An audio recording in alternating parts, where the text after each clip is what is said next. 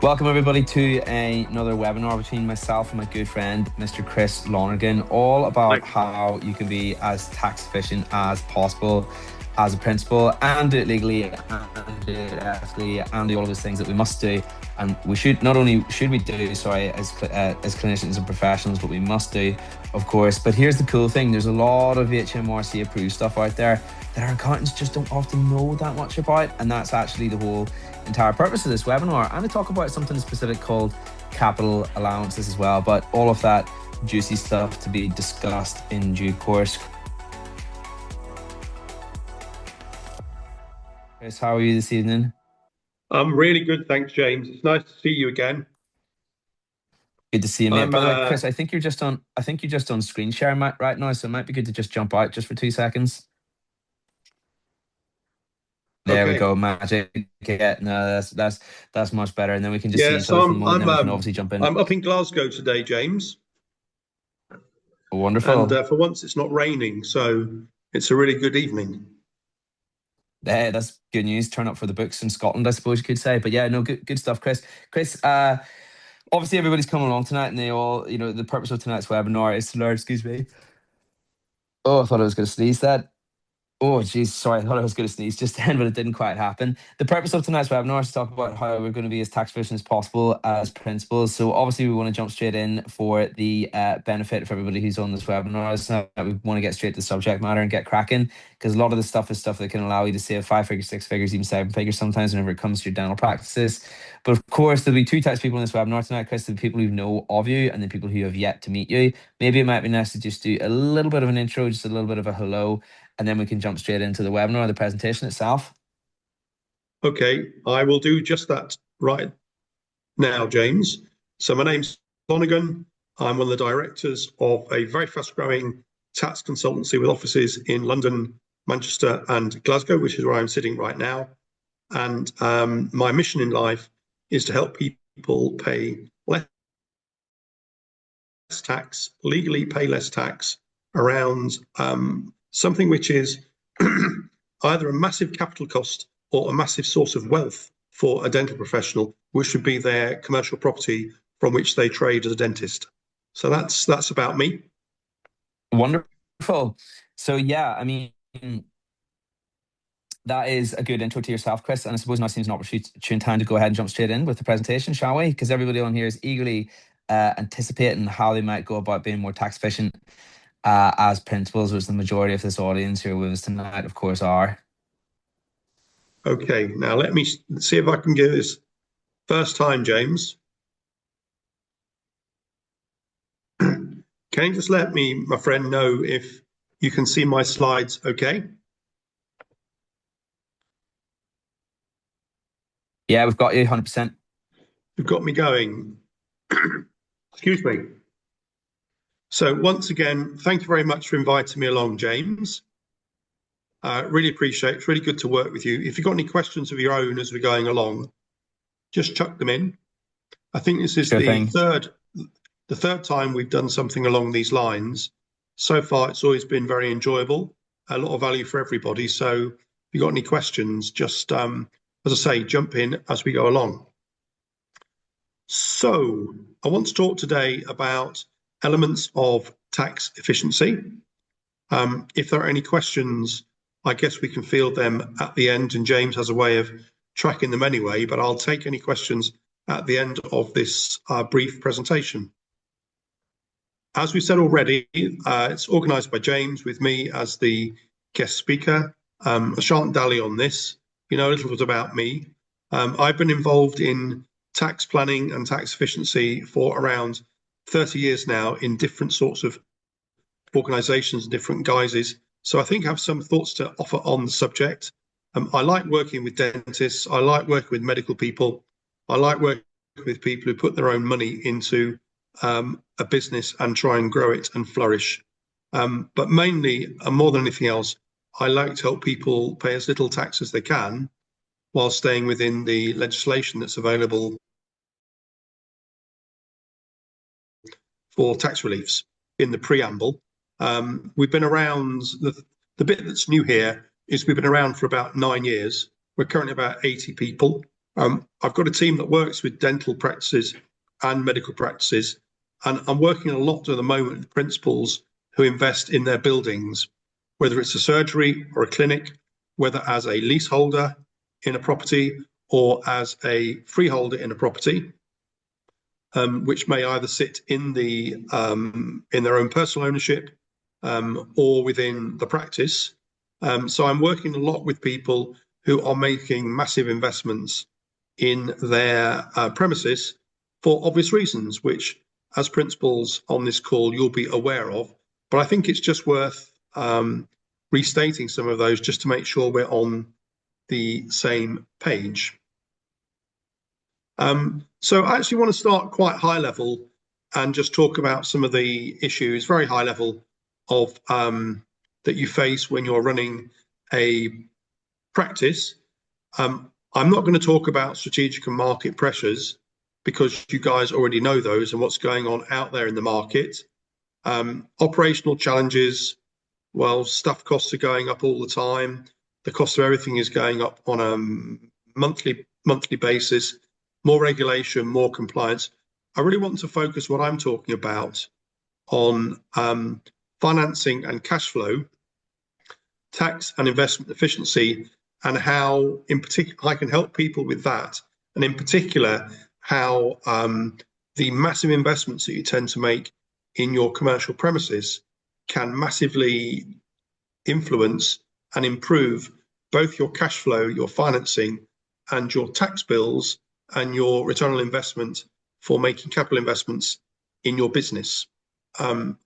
So if I just focus on financing and cash flow for a little while, again, just to restate, everybody on the call knows that we have rising operational costs, profit margins are being squeezed, cash flow management is becoming increasingly important.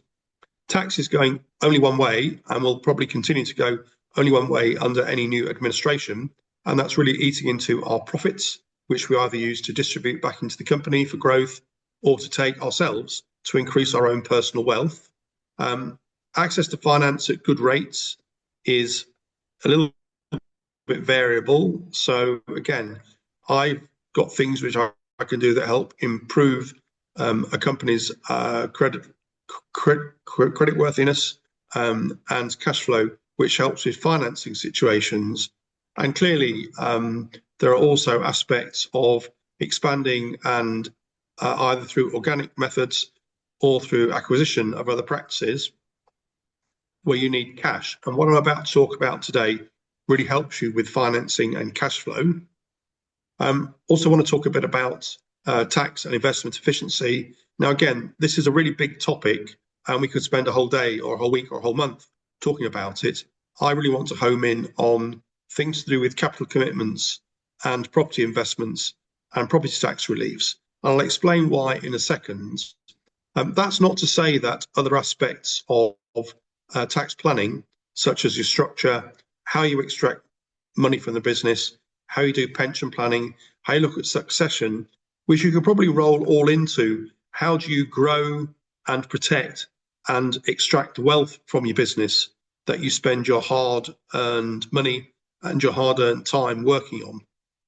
But like I say, I really want to focus on the capital commitments that you make and investments in property and property tax reliefs that really help in these areas for some very good reasons. If I take capital commitments, as far as I'm aware, every practice and every principal will have a premises. I mean, some people work as locums, some people travel around, but everybody needs a premises. And to keep up with modern day legislation and with what clients want, clearly there needs to be a significant investment on a regular basis in your premises. In terms of significant, I frequently see my clients who spend between £500,000 and 750,000 on a major fit out or an extension or refurbishment of their premises, again, just to keep current and to keep their customers happy. And this is true whether you're leasing a building or owning your own building, that there is going to be a significant capital cost every now and then, and you really owe it to yourselves to maximise the tax relief available from investments in capital type building work, which James has mentioned earlier, are often missed or misunderstood by a general purpose accountant.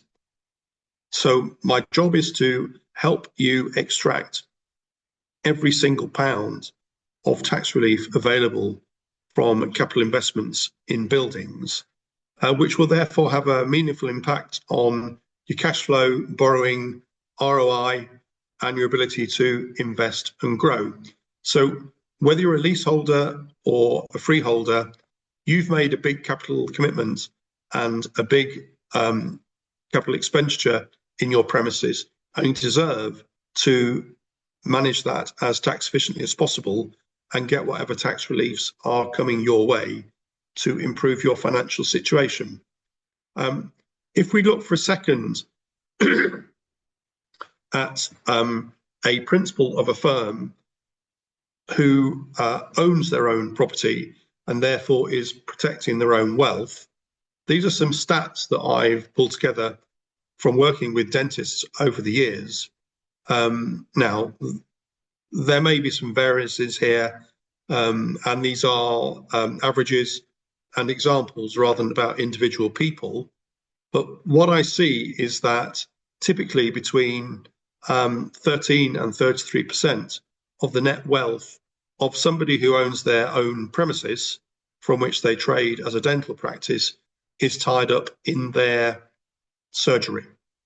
So the question would be, devil's advocate question would be, is it worth spending time and effort making sure that you're protecting your wealth in a highly valuable part of your wealth portfolio and taking advantage of any tax reliefs available in an area which represents a sizable chunk of your total wealth? That's perhaps a stupid question, because I have tens, if not hundreds of clients who are talking to me on a regular basis about this particular thing and how, as James mentioned earlier, capital allowances can help people either manage their capital expenditure as tax efficiently as possible and ultimately to protect their own personal wealth or the wealth of their practice or their company or however they're structured to run their dental practice.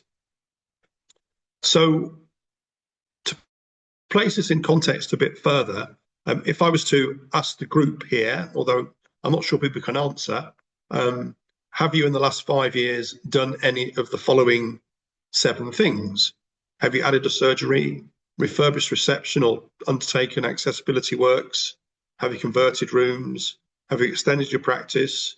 If you've done any of these things, then these will be trigger points for significant amounts of capital expenditure and also significant amount of tax relief if you know where to find it.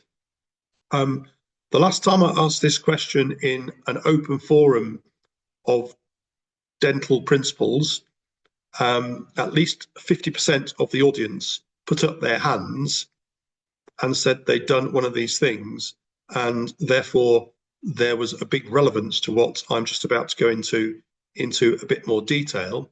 So it's really all about thinking about, have you spent money on capital improvements, refurbishments, fit outs, or building works on your premises, and have you actually managed to maximise the tax relief available, which is very, very substantial, and I'll go into that in a little bit more detail in a few minutes. James mentioned capital allowances earlier. The main mechanism for generating tax relief from capital investments in property is through things called capital allowances. I mean, you can either talk about these really technically or quite simply. I prefer to talk about them in a more simple way, and that capital allowances are just there to reward investment in capital projects or capital expenditure, particularly around buildings. Capital allowances generate tax relief, which can either be used by a company in terms of corporation tax relief, or by an individual or a partnership. whether it's a non-limited or limited liability partnership, to reduce income tax liabilities. Capital allowances are part of the Capital Allowances Act 2001. It's actually a very benign type set of legislation, and HMRC is very keen for people to make capital allowances claims on the basis that the more they stimulate investment in commercial property, the higher the tax take is in this country. I think for every £100 spent on commercial property in the UK, there's around 18 or 19 pounds of tax for the government, for the Treasury. So it's clearly good business for them. Tax relief is available for anybody registered for UK tax, whether it's an income taxpayer or a corporation taxpayer. There are massive benefits to gain here, but this is not some sort of tax evasion or Jimmy Carr go and get yourself in trouble type tax planning scheme. It's just solid tax planning using legislation that is, if anything, encouraged by HMRC. As James has mentioned, a decent accountant can normally claim capital allowances to do with certain pieces of capital equipment, which would be desks and tables, lamps, chairs, autoclaves, all these kinds of pieces of what I would call loose items. An accountant generally is not that great or trained, in fact, in maximising the tax relief available from investments in buildings. And I'll explain again in a second why that's the case. So our specialism is in claiming capital allowances which reduce people's tax liability to do with buying a property or construction expenditure, which is going to be building, fitting out, refurbishing, converting or extending a commercial property or a surgery or practice. And the reason we are around is because maximising the claims in the building world require specialist skills, which typically are those of a quantity surveyor and a builder and a tax person and to some extent of a lawyer. And it's very difficult to find those skills in one person. I just happen to work a lot with accountants where they have a much deeper knowledge of other aspects of tax planning in partnership normally to accompany their general tax skills with our specialist skills that you get from working in the construction world, and therefore having experiences which are out with the normal set of experiences of a typical accountant. So it's a good symbiotic type relationship. Just to take some examples of what I'm talking about, if you look at the kind of areas where you would invest in dental capex, the parts that I've highlighted are areas where typically you would need a specialist like me to come and maximise the value of the tax relief available. In other areas, these are all kind of things where you'd expect a decent accountant to already know how to maximise tax relief. And as I said just recently, on a lot of the projects that I work on, there is a clear division of labour, if you like, between me and someone's firm of accountants. And we just agree that there are certain things where it makes sense for an accountant to maximise the tax relief claim. And there are certain areas where it makes sense for me to do it.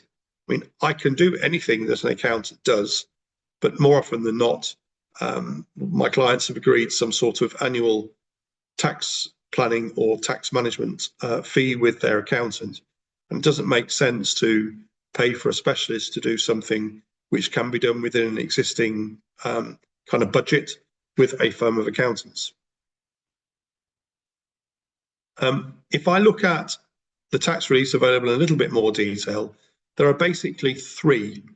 The first is called plant and machinery allowances, which in my case is to do with items that are integral to a building. So this would be electrical systems, plumbing systems, heating, ventilation, air conditioning systems, any fitted items, fitted laboratory furniture, fitted kitchens, fitted bathrooms, CCTV, security systems, lifts, elevators, access kind of equipment. These are all what you would call integral items of a building, where you need some specialist skills to winkle out the maximum value from the investment. There are also other areas of capital expenditure, as I mentioned, which are loose fittings and pieces of plant and machinery, where any decent accountant already has the skills to maximise the tax relief. So if you look at a building, you've got the structure of a building, or the fabric of a building, the shell of a building, externals and the foundations. That investment qualifies for something called structures and buildings allowances. The actual embedded items, typically in the walls, floors and ceilings, and any fixtures and fixed items in the buildings qualify for plant and machinery allowances. And if you're looking at some kind of brownfield construction, or went into a building where, for example, there was asbestos and you were encapsulating or getting rid of the asbestos, there's tax relief available for what's called remediation. That is getting rundown buildings in a state which are suitable for habitation. If you add all of these allowances together, often the total expenditure on a building can be covered by them. So if you spend, say, £50,000 or £500,000 on a building, typically there'll be tax relief available on all of it. It's just a question of how do you maximise it and how do you get the best bang for your buck, if you like. If I look quickly at a typical project, which is a real project I did for a dental practice, they had an architect came in and did quite a swanky design, spent quite a lot of money with the architect. The architect's fees became eligible for tax relief. They spent some money with a structural engineer. Expenditure became eligible for tax relief. They bought a relatively dilapidated old Edwardian building and then set about refurbishing it and turned it from pretty rundown, what had been residential property, into a much nicer and much more modern dental practice, and spent around £650,000, £700,000 in the process. So this is a real project that I worked on with a real client. This was their approximate budget for the refurbishment. And you can see it's quite a substantial budget. And you'll recognise all of these things from either practices that you've worked in, or practices that you own, or times when you've made your own expenditure in some of the areas that I mentioned earlier on in my slides. Total expenditure here was, I think, around 550, 600 in this particular case. In fact, this is it. This is the figures. Here, the project cost, which is the capital expenditure in the project, was 471,000, which was, in this case, for a limited company, so excluded VAT. There was around £264,000 of plant and machinery allowances and around £206,000 of structure and buildings allowance. There was a little bit we couldn't claim on because there were some items in the building which didn't qualify for tax relief. But as you can see, there's something like 98 or 99% of the capital cost here which qualified for tax relief. I mean, having tax relief is really great and really useful. It's more what the client did with it that is astonishing to me, which looked at, this was actually a client who still held his practice as a private individual, and in fact still traded as a sole practitioner rather than in any other structure. So this chap was actually paying tax at 45%, and his benefit from plant and machinery allowances in this case was £118,000 of tax relief, which he actually got back from HMRC in the form of a cheque, because he'd carried out the work last year and had paid his corporation tax, so was eligible, paid his income tax, so was eligible for a tax rebate, which you got back all in 1 year. And out of an expenditure of around 470, he had around £120,000 of cash back, which made a big dent in the 470 that he spent on this project work. So I've included some other examples down here. The value of the claim is the same in each case. I've just split it between corporation tax and income tax. And as you can see, whichever way you cut it, whichever way you look at it, on an investment of about 470, the immediate tax benefit is significant, between 50 and £119,000, depending on the type of tax you pay and your current financial situation. That's from plant and machinery allowances. They can all be grabbed in 1 year typically. The benefit from the structural type work is still significant, but that is available only on an annual basis. That is actually claimable at 3% a year. So the tax saving or the cash flow saving every year from this investment range between about £1,000 and £2,750. So, as James was saying, these are chunky figures, which I'm regularly working on every week with clients, and they're getting massive, massive tax benefits from these investments. How capital allowances work, just briefly, is if you were to take a practice with a turnover of 1.2 million, typically you should be making a trading profit at around 30%.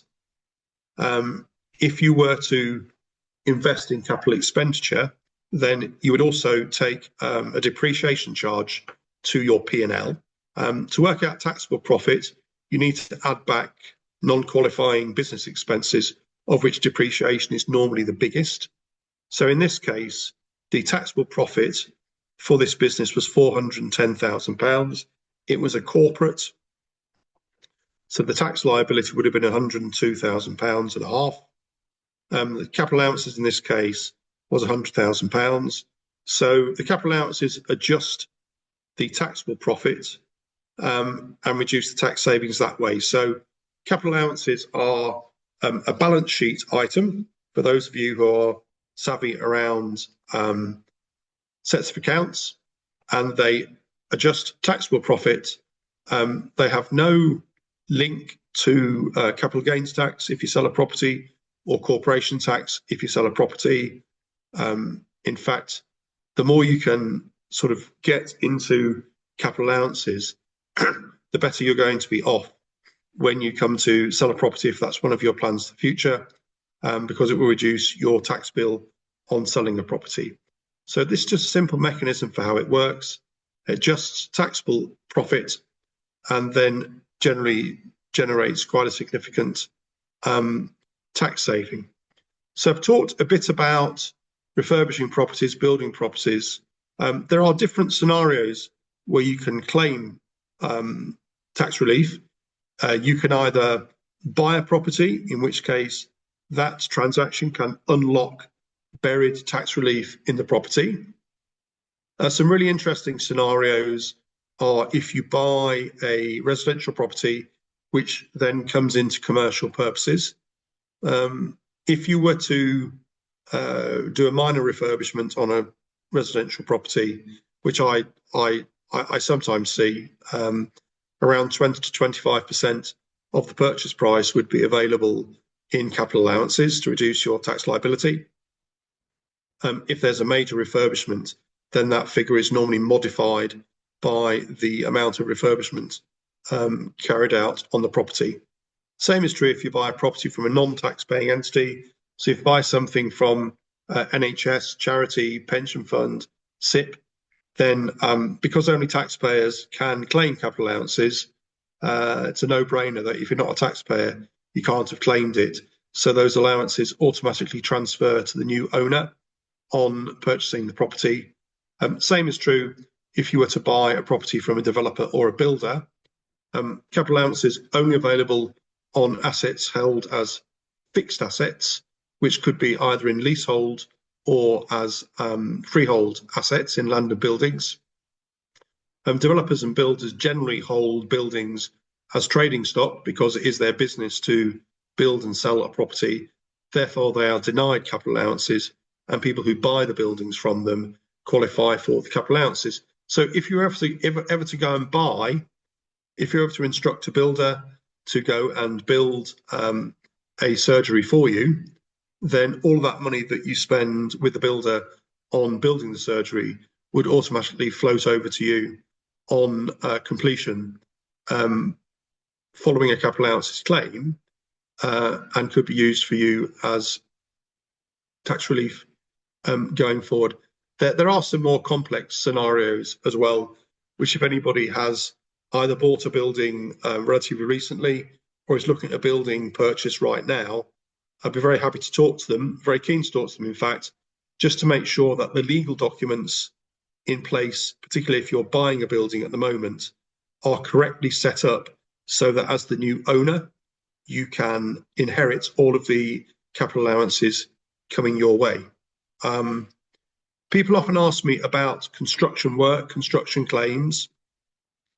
Having told them that there are normally some time limits around, or some time implications around buying properties, the good news is there are no time limits on reviewing and analysing and claiming tax relief from what I call historic capital expenditure, historical construction work. So if you spent money over the last couple of years on capital works and it needs a review to see if it's been maximised, there could be a very strong amount of tax relief available from that. If the work's been done 2 or more years ago, there is still normally a significant benefit. The difference would be that older work gets relieved a bit slower than more modern work. Again, for those of you who are principals who do their finances, you may have heard of things called annual investment allowance for capital investments on property, equipment, and the like. Building expenditure clearly qualifies for annual investment allowance if you've got the headroom, but annual investment allowance only applies to relatively recent expenditure. So expenditure done, say, 5 years ago is still valuable to claim, but would be available on what's called a writing down basis. And obviously we would work out, or we work out with our clients before we go to either proposing or finalising a claim, what the financial benefit's going to be and whether it's worth doing. Sometimes it's not, and it's just worth having initial look-see to see what the business case is for making a claim. Again, and there's something buried in here which differentiates me and my company from an accountant. According to accountancy GAAP, which is their legislation on how they do sets of accounts, an accountant can only claim capital allowances in areas where there is a well-described and easily broken down invoice or set of figures. Quite often I come across situations where someone's instructed a builder and there's, say, a 5 or 6 month construction project, and at the end of each month the builder submits an interim invoice or interim certificate, and it's very, very difficult to itemize the elements on that and make sure they go into the right capital allowances buckets to attract the best capital allowances result. Now, an accountant cannot legitimately split out those kind of costs because it's against their rules as an accountancy firm. Being quantity surveyors, project managers, and construction guys, we are actually allowed to do things which accountants aren't allowed to do, providing we can demonstrate that we have the correct construction knowledge in our business. So we do a lot of what are called apportionment type claims, where we can go and survey a building and work out the value of particular assets or particular pieces of capital equipment in a building, which again an accountant cannot do unless they've been trained to do the kind of work which the guys in my teams do. So there are lots of situations where we can do things which cannot be done by an accountant. That's not to say, I mean, I have a lot of friends who are accountants. I have a lot of people I work with who are accountants. It's not to denigrate accountants at all. It's just to say we have different skills. And more often than not, we end up working in partnership with people to make sure that the client ultimately gets the best results from working with us and with their existing accountants. So that that's it, James. Quick whistle stop through capital allowances. And if you or anybody else have got any questions, please let me know. Yes, well, first and foremost, Chris, thank you for sharing that, because this is, how can I say this? This is something that I really feel that nationally in the world of dentistry, and perhaps other industries or spheres as well, that there is a huge flipping reservoir of unclaimed allowances in these dental practices, uh, because as you were saying earlier, to actually identify these things requires such a niche set of skills. It's beyond the remit of what can typically be achieved via a traditional accountant. Don't get me wrong, a lot of them will have a stab at it, but how well can they do it? And to me, the thing that you said to me once upon a time was that you used to be a builder. Effective, or used to be was it that you were a builder, Chris, or you were a foreman on a building site, or you had some sort of involvement on the building trade? I What's used to be a set builder. this? Yeah, there I you used to go. build Yeah. things. Yeah, well, there you go, right? And obviously, you've actually seen what goes on literally behind the drywalls and stuff like that, you know. So, Sure. and is that fair to say that this helps you in what you do now? Oh, massively. The thing that helps me the most, James, is having been involved in doing quantity surveying. Because if you put somebody, I mean, I'm sitting in a room now in Glasgow, and it's a room which is maybe 20 feet long and 12 to 13 feet wide. And if you gave me 15 minutes, I could tell you how much it costs to build that room, how much the lighting cost would have been, how much the plumbing cost would have been, how much the doors and windows would have cost to put that room together. And that's the basis of doing a capital allowances claim. But the only way you can do that is if you've been involved in building. If you go to Yeah, a tax accountant and say, "Can you work out the value of things in that room?" They go, "Well, not really. It's not what I do." So it's just a very, very different skill set. sure. And that's not to diminish accountants, but Not it's a at bit like all. saying it's 100%. a bit it's a bit like saying, to put it in dental terms, it's a bit like saying there's you could have a dentist who can do a filling, but they've never actually looked into someone's mouth, right? Like, you gotta have that Yeah. skill, and you could probably describe a filling, and you could probably describe how it's done, but maybe you just haven't actually seen it firsthand. And it always gives you an extra level of insight when you've done something like that. So I was just bringing that up because I found it interesting, and I was like, right, well, why is this not as successful as it should be to everybody out there? And then when you put it in those terms, that always stuck out in my memory. But I don't think I'm not sure if you mentioned that, guys. One thing I should say, basically, if anybody's got any questions, feel free to pop those in the chat. Now's a great opportunity to ask Chris, even about your own dental practice, or specific things that you've noticed, or specific things that you'd like a little bit of insight on. So, wonderful opportunity to be able to do that before we wrap up this evening. We should go on for another 10 minutes or so.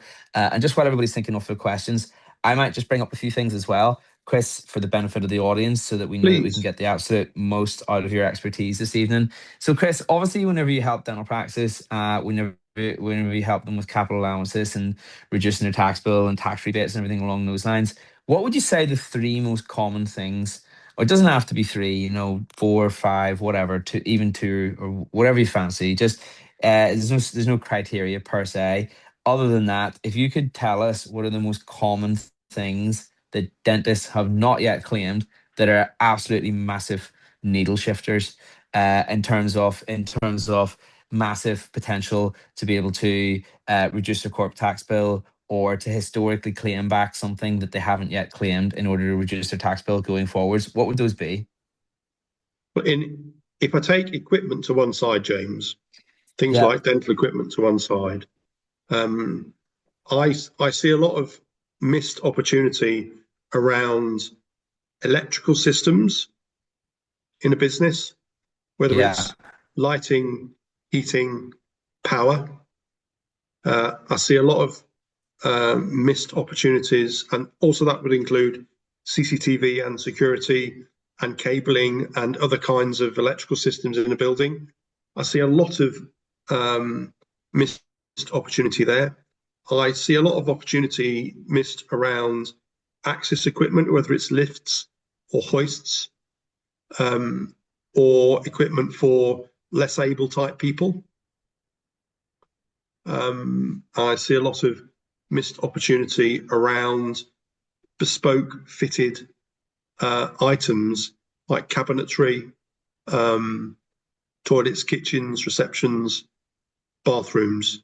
These are some of the big areas where I see a lot of missed opportunity. I see a lot of retail, but I see, well, I'll be honest and say I, I picked up a capital allowances claim done by an accountant last week. Okay. Yeah. And there are three buckets that you can put capital allowances into. There's what's called the main pool, where you get very, very fast tax relief, the special pool, where you get slightly slower tax relief, and structures and buildings allowance.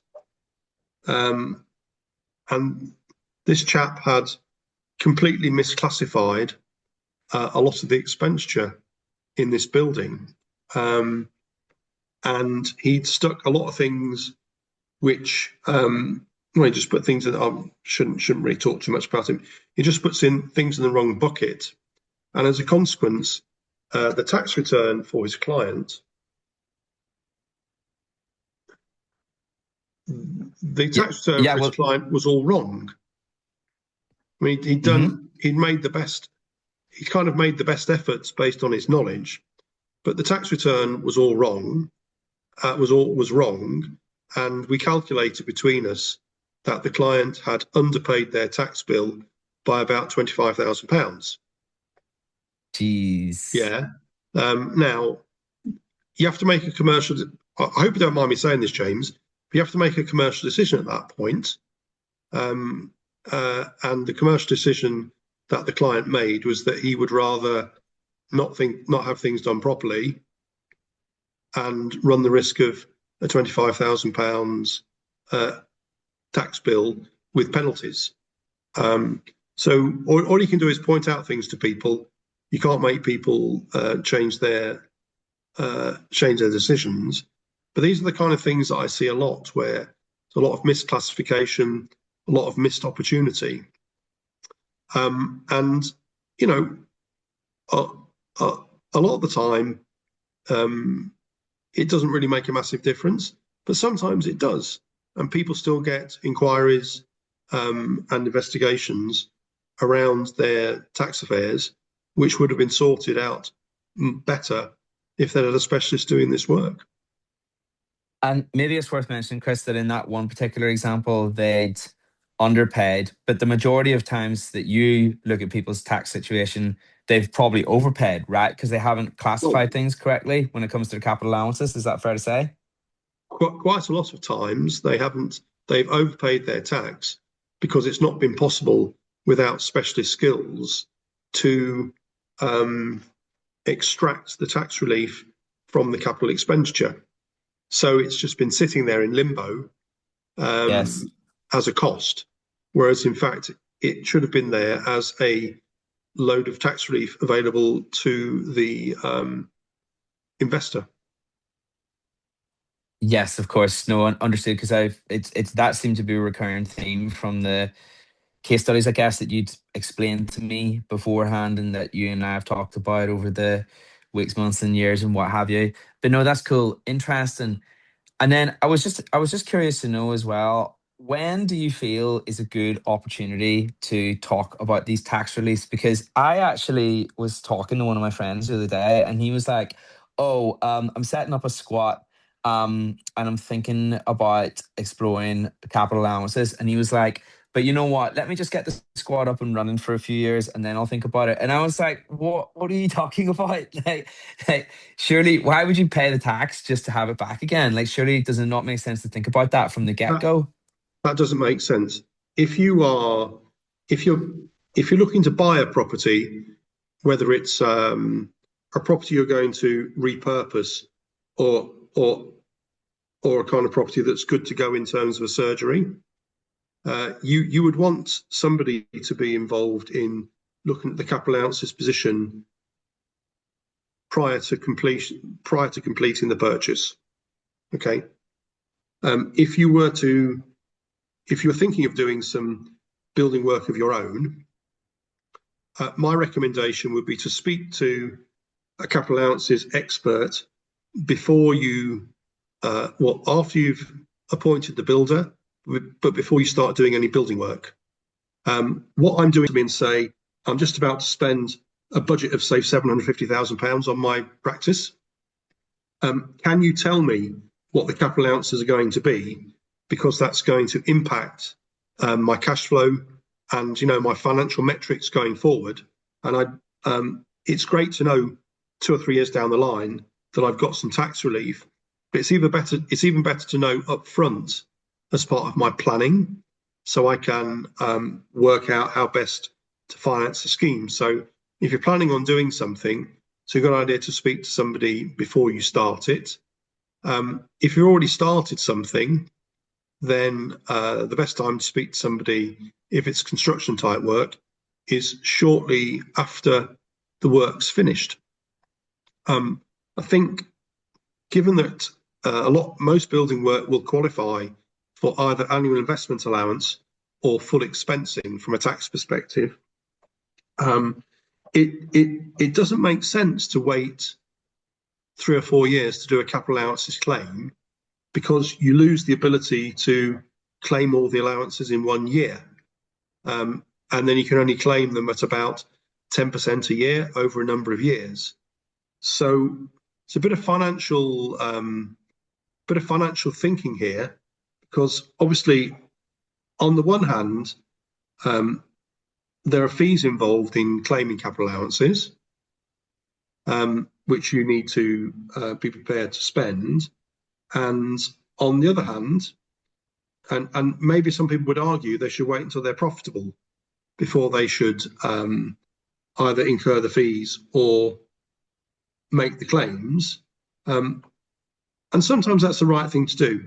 But I would argue that if you can afford it, you should make the claim as soon as possible, because then you're in control of your tax relief. If you wait a few years to make the claim, then you can only claim the tax relief at the rate which HMRC lets you, and that's lower than the rate which you can use if you have kind of done it right at the beginning. Does that No, it make does. sense, It James? absolutely makes sense. And actually, Chris, this is actually my fault. What we should have done, for anybody who's on this webinar, we're going to do this now, just before we continue the rest of our conversation. For anybody who wants to connect with Chris, what we're going to do very shortly, we're actually going to pop a link in the chat that you can use to register your details if you want Chris to high level take a look at your dental practice and see whenever it comes to your capital allowances, as in just your 2 cents, and just for Chris to cast his eye over it and see if there's something there. And then that way, at least you know for sure, you know what I mean? It's not in no way commits you to going down the path of having to do it, of course. The very first thing to figure out is, can you actually help somebody? And then you take it from there. At least you know the answer, yes or no, for sure. So we are going to pop a link in the chat for anybody who wants to do that, to give them, give their dental practice. You'll also be able to connect with Chris after this webinar via an email that we're going to send out as well, which will contain what you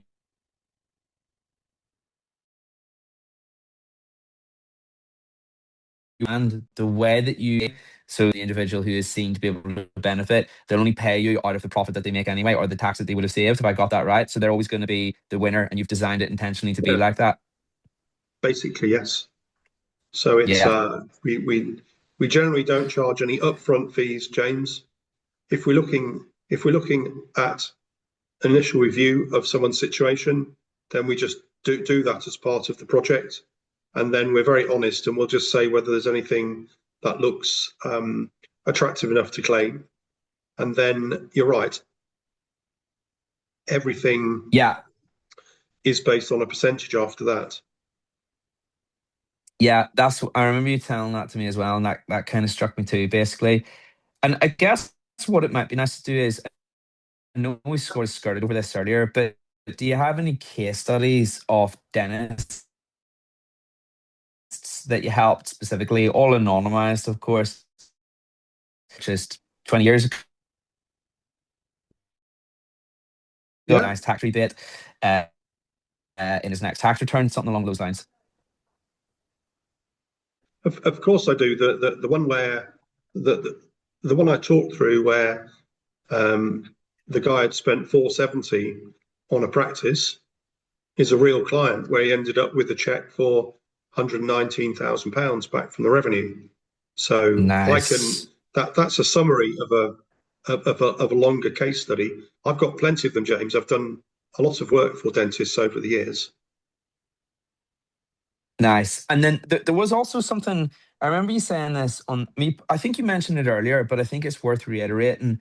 There's no, I don't know if this is the right terminology. There's no statute of limitations, if you will, as to when you can claim these things. If you have a practice that's built in the 60s and they've been unclaimed and the practice has changed hands like 3 times, but they've never actually had their capital allowances claimed properly, then those pass on to the current owner and they can claim those retrospectively, despite it being a very long period of time elapsed since the building was built.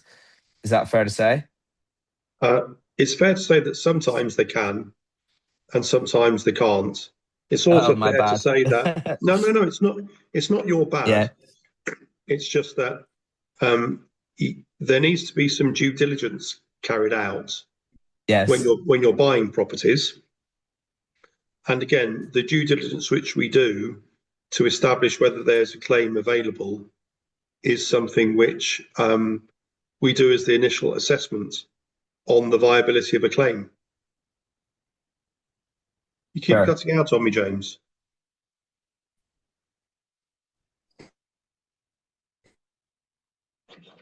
Yeah. James, you Seems still there? reasonable. Sorry, I thought you were go on.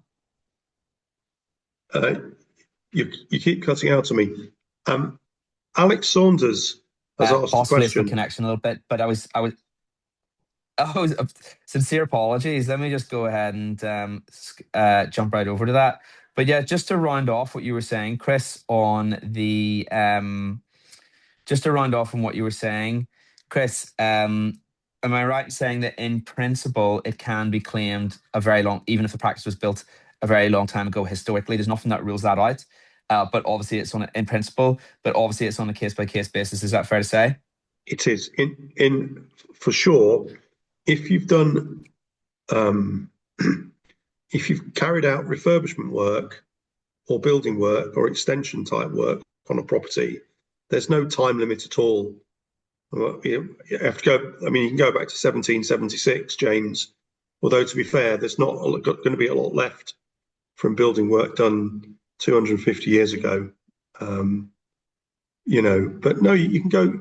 You can look back into the past.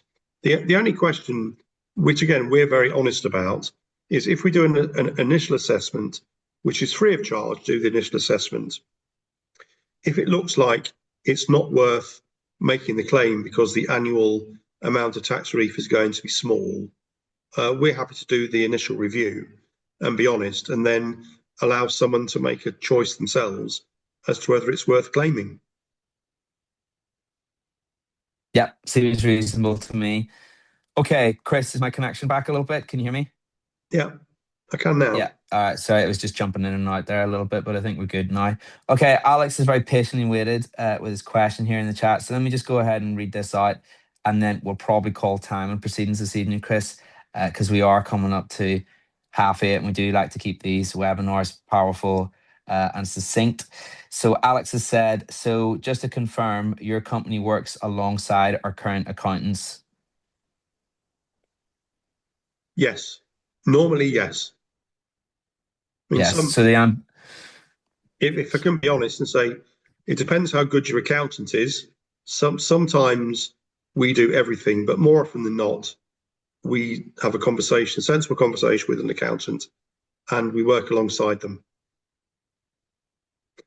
We don't jolly, offer we we don't do accounts, and we don't do audits, and we don't do all of those standard things that an accounting firm would do. We're, as you said, James, we're a niche practice, and we focus on one highly specialist thing, which generally a firm of accountants won't have the people internally to do themselves. lovely, jubbly. Well, thank you for clearing that one up, Chris, Alex. Hopefully that's cleared up your question right there. Chris, seems like a good time now to call time on proceedings, just as I was saying a Okay, second ago. Guys, to the audience who are with us, thank you so much for coming along this evening. Should you wish to connect with Chris, there's a link there in the chat. We'll also send out a link after this webinar via email as well. Chris is happy to give your dental practice the once over, see if there's an opportunity there to be able to make some sort of saving on tax or indeed tax rebate, of course. Chris, I think it's only polite that I lead the clap up. I'm clapping right now. You can't see me because my hands are just below the camera. The clap up on behalf of the Dentist Invest audience this evening for sharing your time, wisdom, and knowledge. So I just want to wish to say a huge thank you. thank you on that one for giving up your Wednesday to come and talk to us. As ever, guys, to everybody who's on this webinar, thank you once again for attending. Congrats on attending. We run these webinars every 2-3 weeks, something along those lines in the Dentist Invest audience. So I should be able to make an announcement about the next one very soon. In the meantime, hope everybody has a lovely Wednesday evening and we'll talk soon. Cheers. Bye bye. Bye.